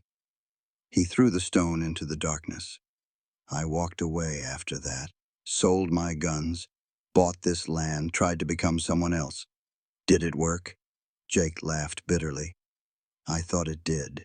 Until you stepped off that train and I realized the killer was still inside me, just waiting for a reason to come back." Clara turned to face him fully. "Do you want me to tell you that you are a good man? That none of that matters anymore?" "No." Jake met her eyes. "I want you to tell me the truth." Clara considered her words carefully. "The truth is that you have done terrible things, things that cannot be undone. But the truth is also that you are trying to be better, that you saved my life, that you buried your friend and wept for him, that you are sitting here in the dark, torturing yourself for sins that many men would justify without a second thought." Jake said nothing. "The truth is that I do not know if you are a good man." Clara reached out and touched his face. "But I know you are not the monster you think you are. Monsters do not feel guilt. Monsters do not change." Jake closed his eyes at her touch. "Why did you run?" he asked. "In 1875. When you found me in Montana, you know why. Tell me anyway." Clara dropped her hand. "Because I saw you kill a man. Because you were smiling. Because in that moment, you looked exactly like the men who murdered my father." Jake opened his eyes. "And now? Now I see someone who is trying to earn redemption." Clara's voice softened. Someone who might actually deserve a second chance. Neither of them spoke for a long moment. The owl called again, closer this time. "I need to tell you something," Clara said finally. "Something I should have told you before." "What?" Clara took a deep breath. "The man you killed in Montana, Samuel Kane." Jake's body went rigid. "He had a brother, younger. His name is Silas Kane." For a long moment, Jake did not move. "That is why Kane is here," Clara continued. "Not just for Ashford's money. For revenge. He has been waiting 12 years to find you." Jake's hands curled into fists at his sides. "How long have you known?" "Since Denver." Clara's voice was steady despite her fear. "I overheard Ashford talking about it, about how convenient it was that Kane's vendetta aligned with his needs. And you did not tell me. I was afraid." Clara met his eyes without flinching. "Afraid you would do something reckless. Afraid you would get yourself killed trying to settle old scores." Jake was on his feet suddenly, pacing like a caged animal. "He killed Bill because of me, because of what I did 12 years ago. You do not know that." "Do I not?" Jake's voice was harsh. "Bill is dead because Kane wanted to hurt me, because I gave him the weapon when I hanged his brother in Montana. Bill is dead because Ashford wanted to send a message." Clara stood and faced him. "Kane was just the instrument. Ashford is the one who gave the order." Jake stopped pacing. He stood with his back to her, his shoulders rigid with tension. "I should have told you," Clara said quietly. "I am sorry." Silence stretched between them. When Jake finally spoke, his voice was calmer, more controlled. "We leave for Denver tomorrow night. Are you sure you are ready?" Jake turned to look at her. In the moonlight, she saw something new in his expression. Not the cold emptiness of the killer, not the raw pain of a grieving friend. Something harder, more determined. "Kane wants to kill me," he said. "Ashford wants to destroy you. They think they have all the advantages. Do they not?" Jake's smile was thin and cold. "They forgot who I used to be, and they do not know who I have become." They slept in the cabin that night, Clara on the bed and Jake in a chair by the door. Neither of them slept well, but they slept together. It was enough. Dawn came gray and cold. Marshal Burke arrived an hour after sunrise, dusty from hard riding. "I got your message," he said, dismounting and handing his horse's reins to Jake. "You are sure about this?" "It is the only way," Clara said. "Ashford is too careful, too well protected. The only weakness in his armor is Ellie. He thinks she is his leverage. He does not realize she is his downfall." Burke considered this. "And the documents?" "Safely hidden, where Ashford will never find them." Clara met the marshal's eyes. "Once Ellie is free, I will give you everything you need to bring him down." Burke looked at Jake. "And you? What is your stake in this?" Jake's expression did not change. "I owe a debt to a man who died, to a woman who deserves better, to myself, for every sin I have ever committed." Burke studied him for a long moment. Then he nodded. "The territory has been trying to build a case against Ashford for years. We have suspicions, but no proof. If you can get me that proof, I will personally escort him to a cell in the territorial prison." "And the warrant for Sarah Miller?" Burke reached into his coat and pulled out the folded document. "This warrant was issued by a corrupt judge based on fabricated evidence." He tore it in half. "As far as I am concerned, Sarah Miller never existed." Clara felt tears prick at her eyes. "Thank you." "Do not thank me yet," Burke said. "Getting into Denver is the easy part. Getting out alive is going to be considerably harder." They spent the day preparing. Burke provided information about Ashford's operations in Denver, the locations of his safe houses, the patterns of his guards, the places where Ellie might be held. "She is probably at a boarding house on Larimer Street," Burke said. "Front for trafficking operations. Heavy security, at least 8 men on guard at any time." "How do you know this?" Clara asked. Burke's smile was grim. "I have been investigating Ashford for 2 years. I know more about his organization than he probably realizes. Then why have you not moved against him? Because every time I get close, evidence disappears, witnesses vanish, judges dismiss charges for procedural reasons. Burke's expression hardened. Ashford has friends in high places. The only way to bring him down is with overwhelming proof and overwhelming force. Which is where I come in, Clara said. Which is where you come in, Burke agreed. They left at sunset, 3 riders heading northeast toward Denver. The journey took 2 days. 2 days of hard riding through rough country, avoiding main roads and established trails. 2 days of sleeping in shifts and watching the shadows for pursuit. On the second night, Jake found Clara standing alone at the edge of their camp, staring at the distant lights of Denver glowing on the horizon. Scared? He asked. Terrified. Clara did not look at him. I have spent 8 years imagining this moment, and now that it is here, I am not sure I am ready. No one is ever ready for moments like this. Jake stood beside her. You just do the best you can and hope it is enough. Clara turned to face him. If something happens to me tomorrow, she said, if they capture me, kill me, whatever, I need you to promise me something. Anything. Get Ellie out. No matter what happens to me, get my sister out of that place and somewhere safe. Jake shook his head. I am not making that promise. Why not? Because nothing is going to happen to you. Jake's voice was firm. We are going into that building together. We are getting Ellie out together, and we are walking out of Denver together.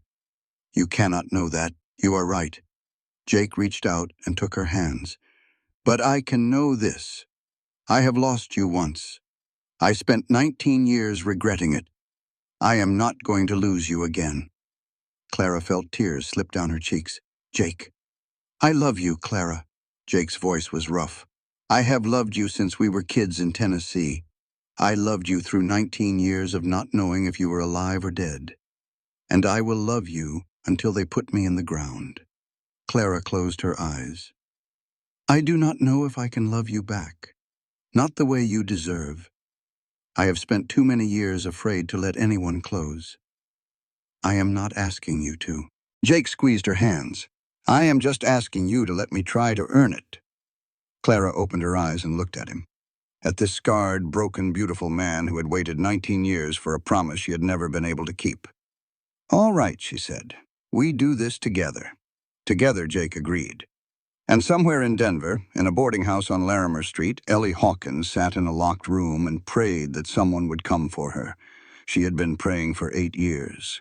Tomorrow, her prayers would finally be answered. There are 2 ways into a fortress. The front door with an army, or the back door with shadows. He always preferred the back door.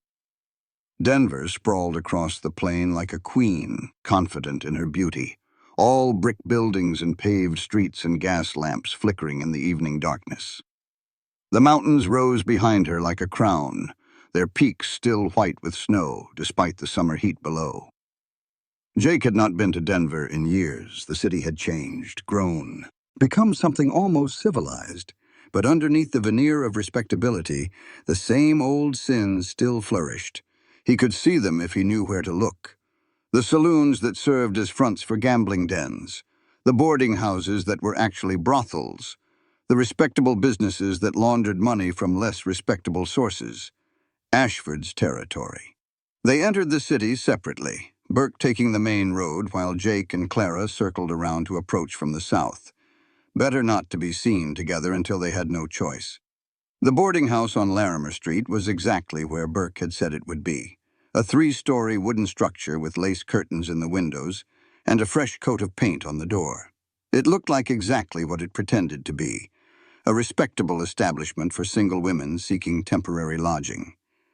The armed men watching from the shadows told a different story. Jake counted 8 of them through his field glasses. 4 on the ground floor, 2 on the upper floors visible through windows, 2 more patrolling the back alley. Professional, alert, dangerous.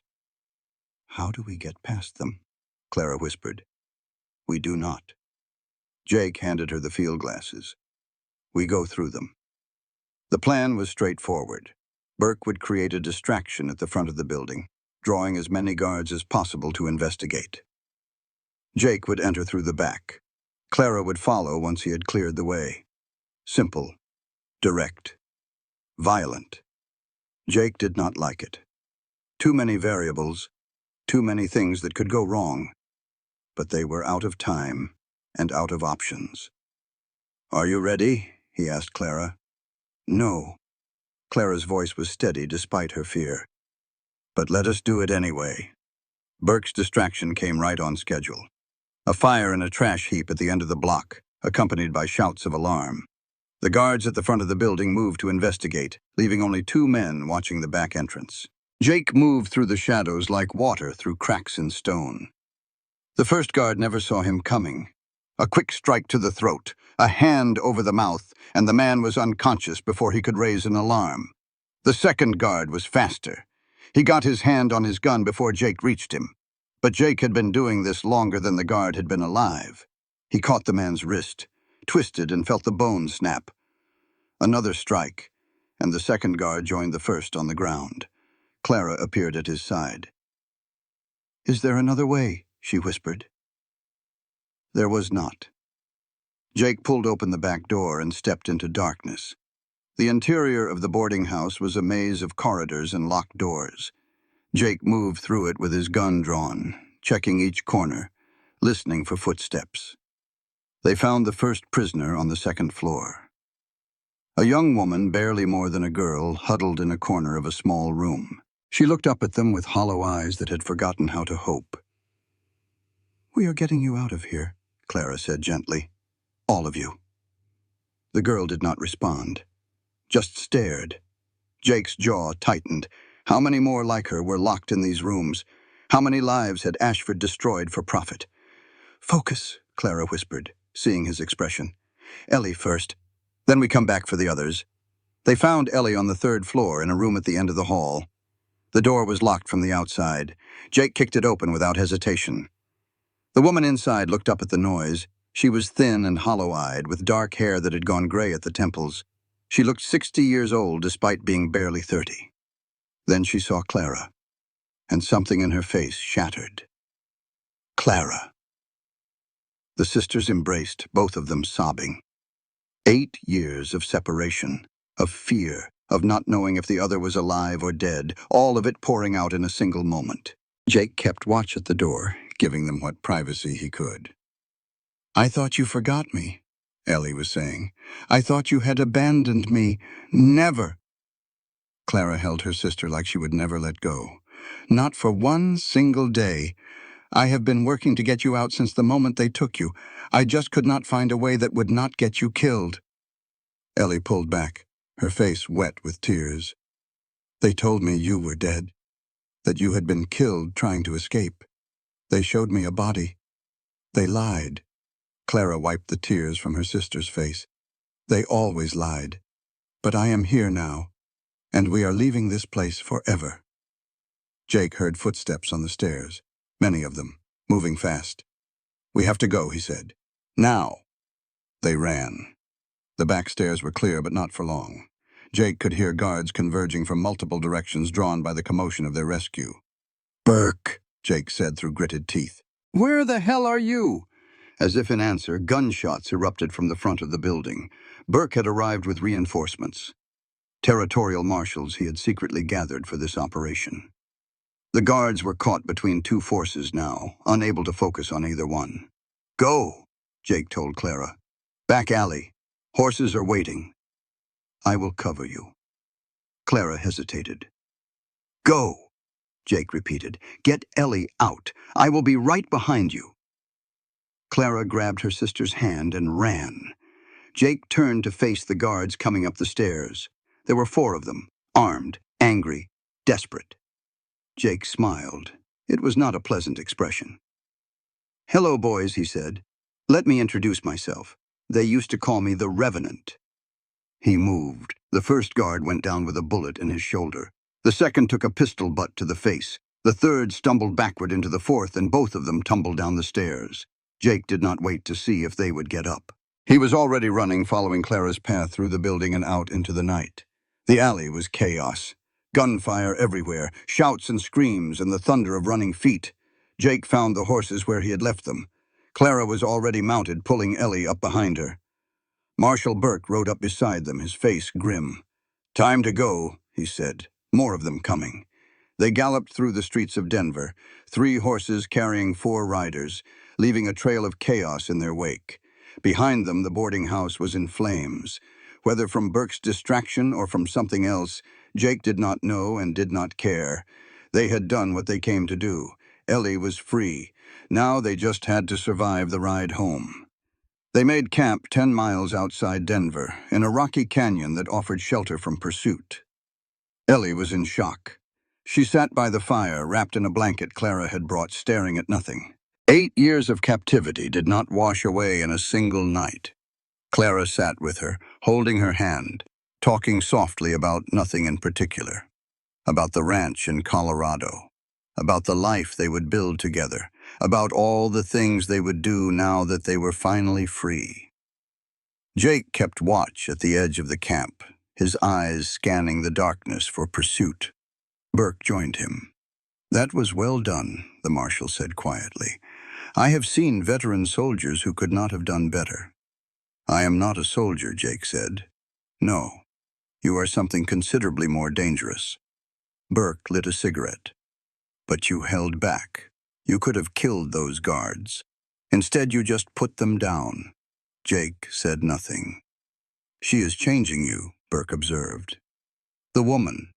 Maybe." Burke smoked in silence for a moment. Then he said, "I received word from Silver Creek before we left. Ashford has been moving his men out of town, heading back to Denver. He knows we rescued Ellie, almost certainly." Burke's expression was grim. "He will be waiting for us when we return. Then we do not return." Burke raised an eyebrow. "We go around," Jake said. "Back roads, mountain passes. Come at Silver Creek from the west instead of the east. That will add days to the journey, but it will keep us alive." Jake turned to look at Clara, still sitting with her sister by the fire. "She has the evidence. Once we get it to you, Ashford is finished." Burke nodded slowly. "Then we do it your way." Jake looked back at the darkness beyond the fire's light. Somewhere out there, Silas Kane was waiting. Ashford was planning. The forces that had hunted Clara for 8 years were gathering for one final strike. But Jake was not afraid. He had been running from his past for 5 years, from the blood on his hands, from the monster he had become. Now he had something worth fighting for, someone worth fighting for. Let them come, he thought. Let them all come. He was ready. In the firelight behind him, Clara looked up and caught his eye. She smiled, just a little, and something warm bloomed in Jake's chest. For the first time in 19 years, he felt like he was finally coming home. Some battles are fought for victory. Some are fought because there is nowhere left to retreat. They rode for 6 days through mountain passes and hidden valleys, pushing the horses as hard as they dared. Ellie grew stronger with each mile, the color returning to her cheeks, the light slowly coming back to her eyes. She told Clara what she had overheard during her years of captivity. Names, dates, places. Details that would flesh out the evidence Clara had already gathered.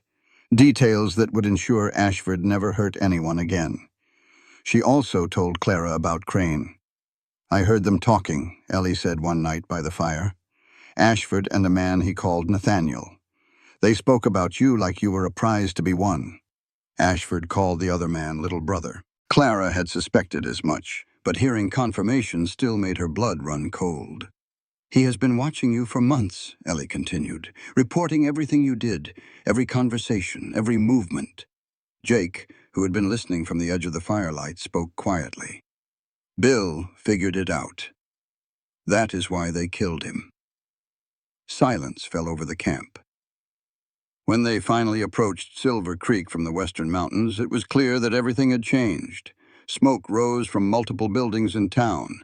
Armed men patrolled the streets openly. The townspeople who should have been going about their daily business were nowhere to be seen. "He has taken the town," Burke said grimly. They made camp in the hills overlooking Silver Creek.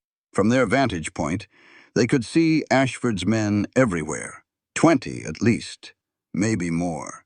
And in the center of town, standing on the hotel balcony like a king surveying his domain, was Judge Cornelius Ashford himself. Reverend Crane stood beside him.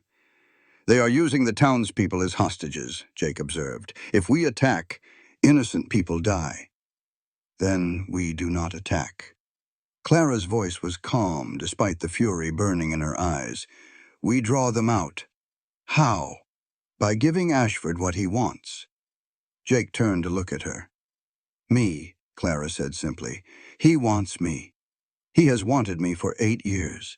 If I walk into that town alone, he will come for me personally. He will not be able to resist." "Absolutely not," Jake said. "It is the only way. It is suicide." Clara shook her head. "It is a calculated risk.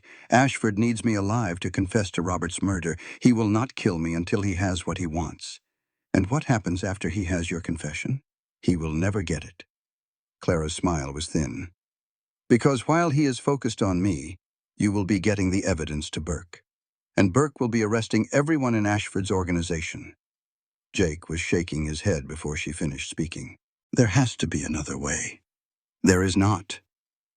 Clara reached out and took his hand. "We have been over this 100 times. Every plan ends the same way. Someone has to walk into that town and face Ashford directly, and it has to be me. Why? Because this is my fight." Clara's voice hardened.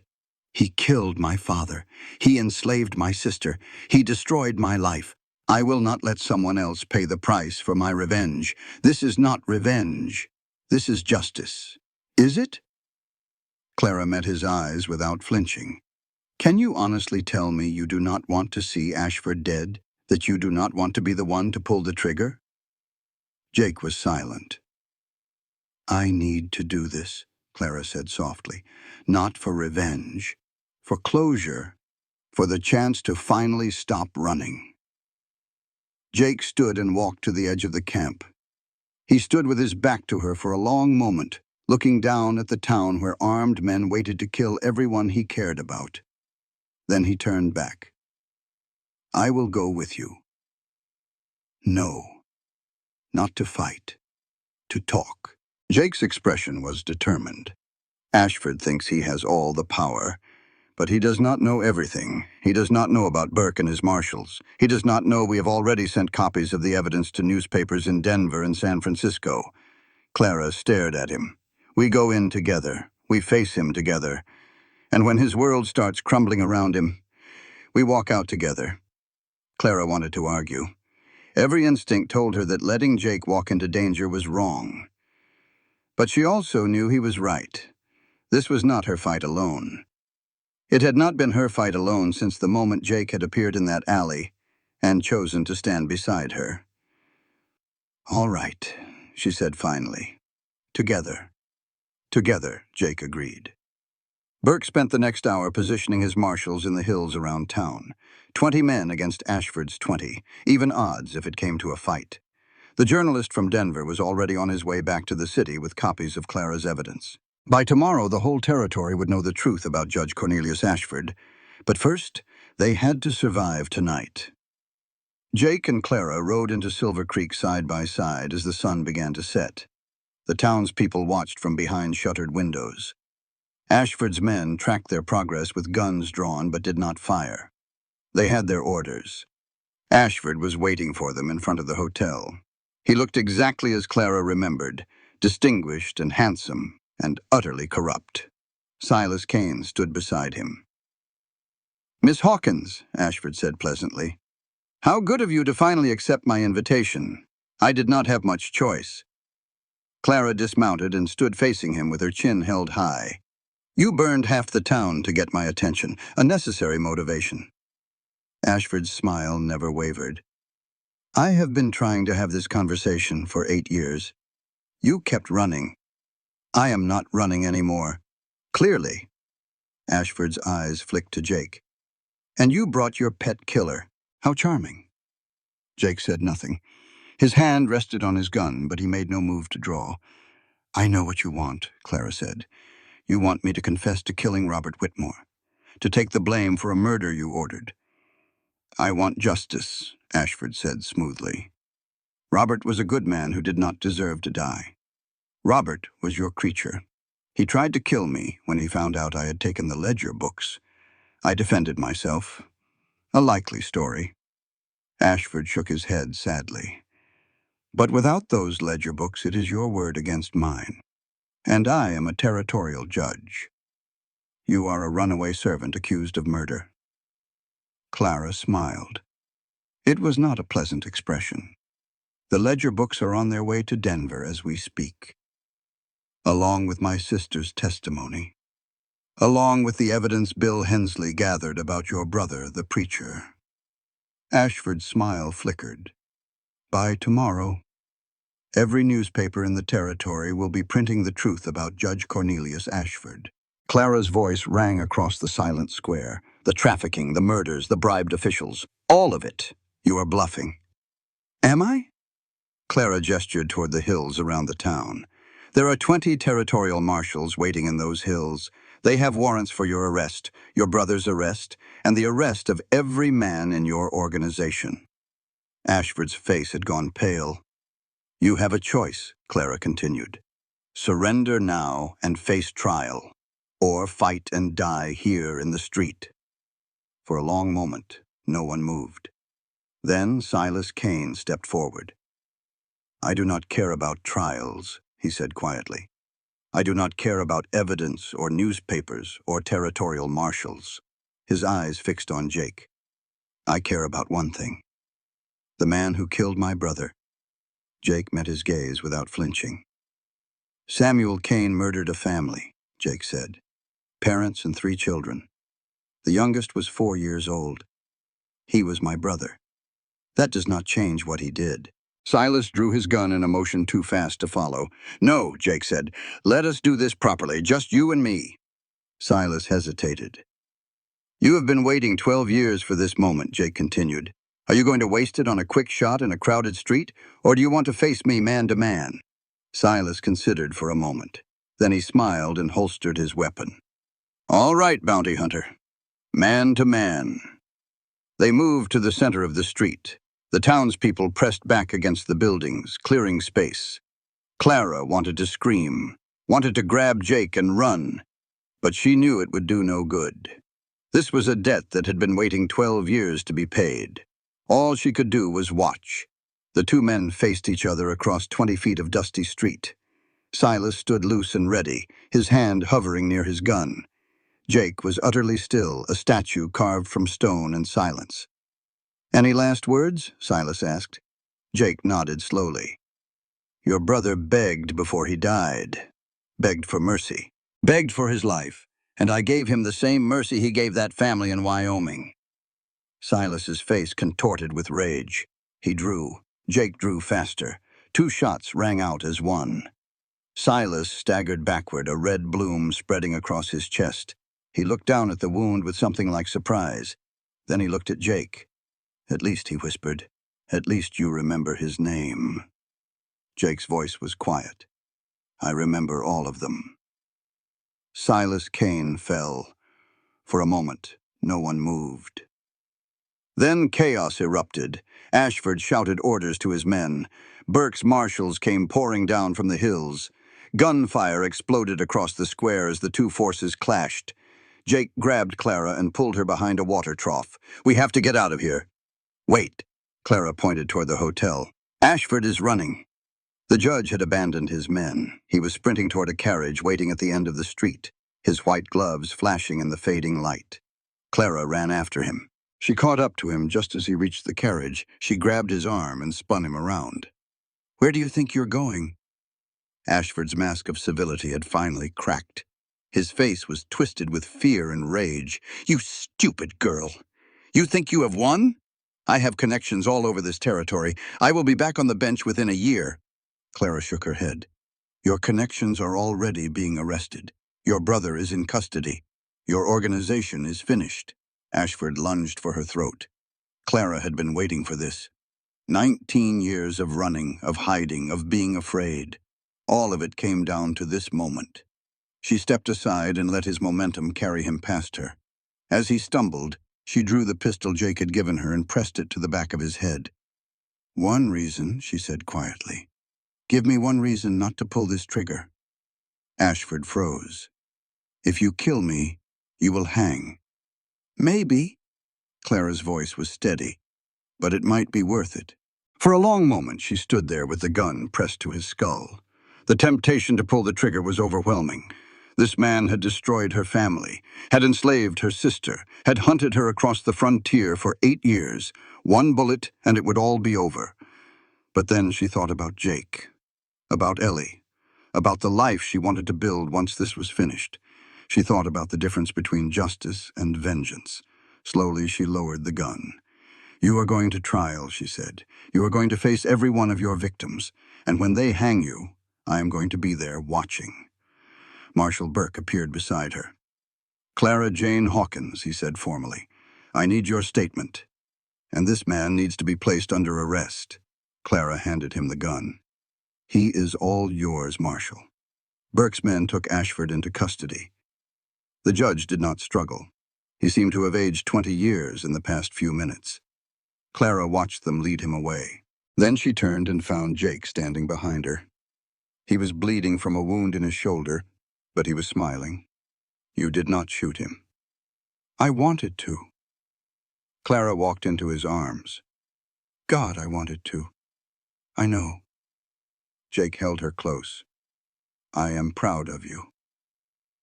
Clara closed her eyes and let herself rest against his chest. The sounds of the battle were fading now. Burke's men had the upper hand. It was over. After 19 years, it was finally over. Some journeys take a lifetime to complete. Some end exactly where they began. This was both. 1 month later, autumn had come to Silver Creek. The trees in the mountains had turned gold and crimson. The air was crisp and clean, carrying the first hints of winter on the breeze.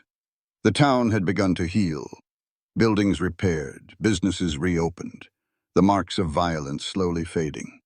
Jake sat on the porch of his cabin, watching the sunset paint the sky in shades of orange and pink. His shoulder still ached from the wound he had taken in the final battle, but it was healing well. Clara had seen to that personally. Clara.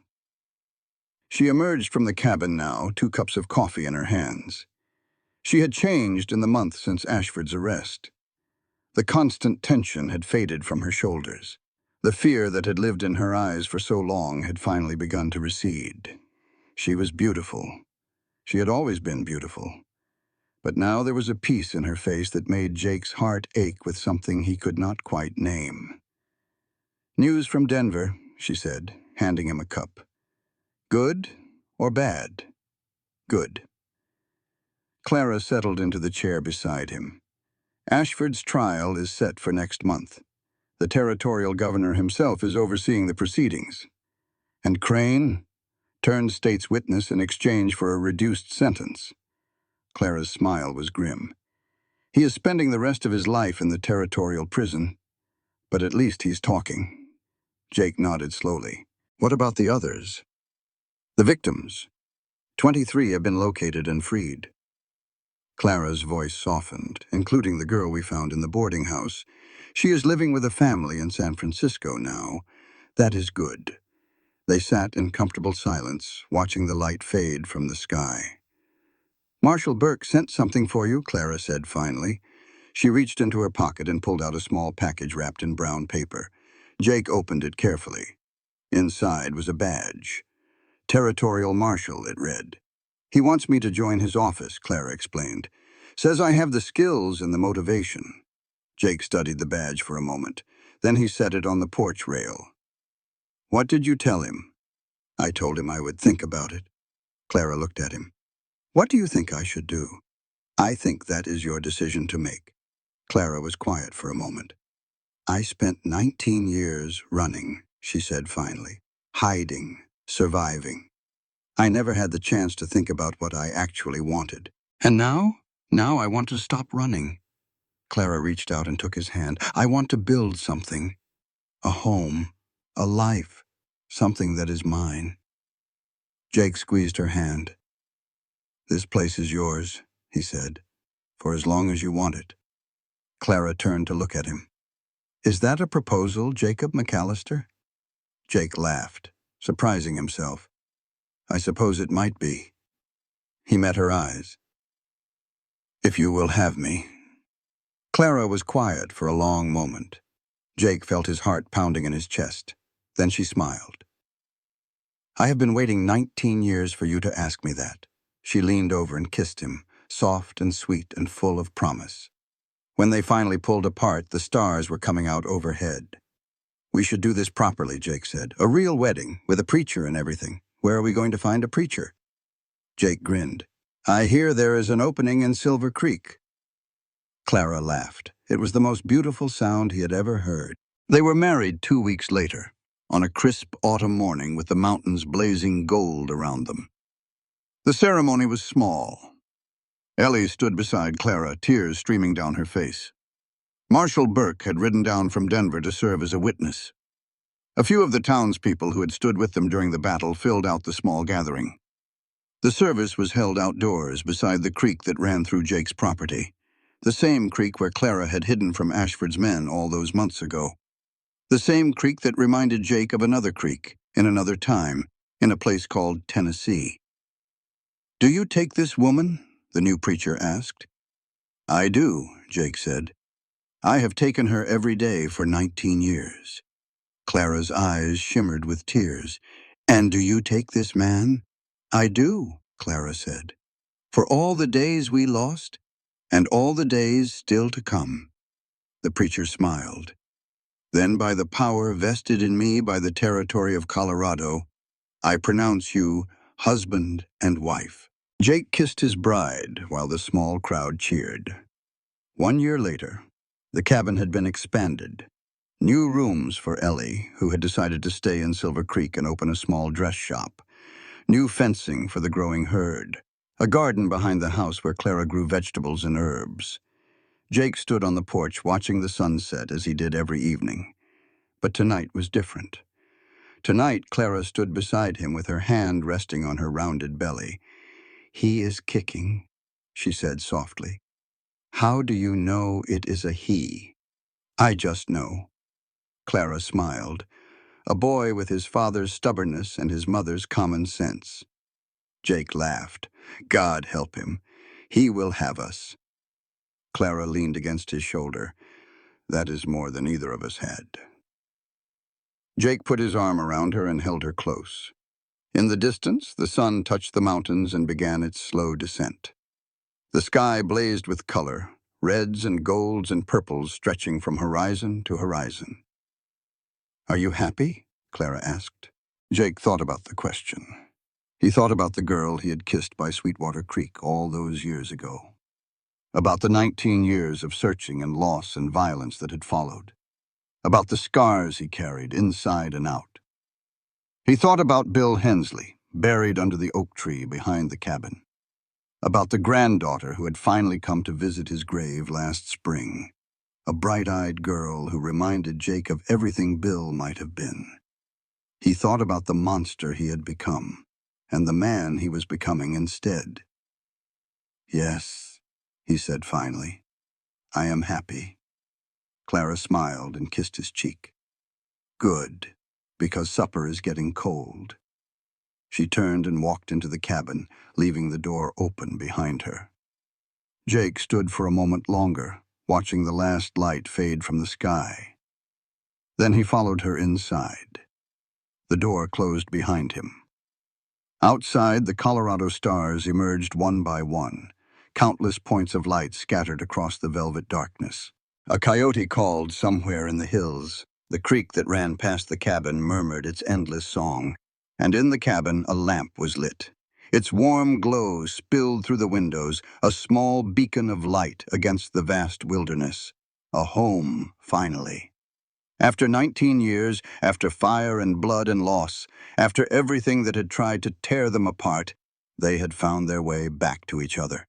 Some loves arrive on time, gentle as spring wind. Others must cross fire and blood, loss and years to find their way home. Both are worth the journey. But the loves that survive the fire, the ones that are tempered by loss and strengthened by years, those are the loves that last forever. Jake and Clara had earned their happily ever after, and they would hold on to it with everything they had. This content was carefully researched, developed, and manually edited by our team to deliver meaningful stories with valuable life lessons. Every narrative is crafted to entertain, inspire, and empower our audience. We believe that great stories can change lives, and we are committed to bringing you content that matters. Thank you for being part of our community.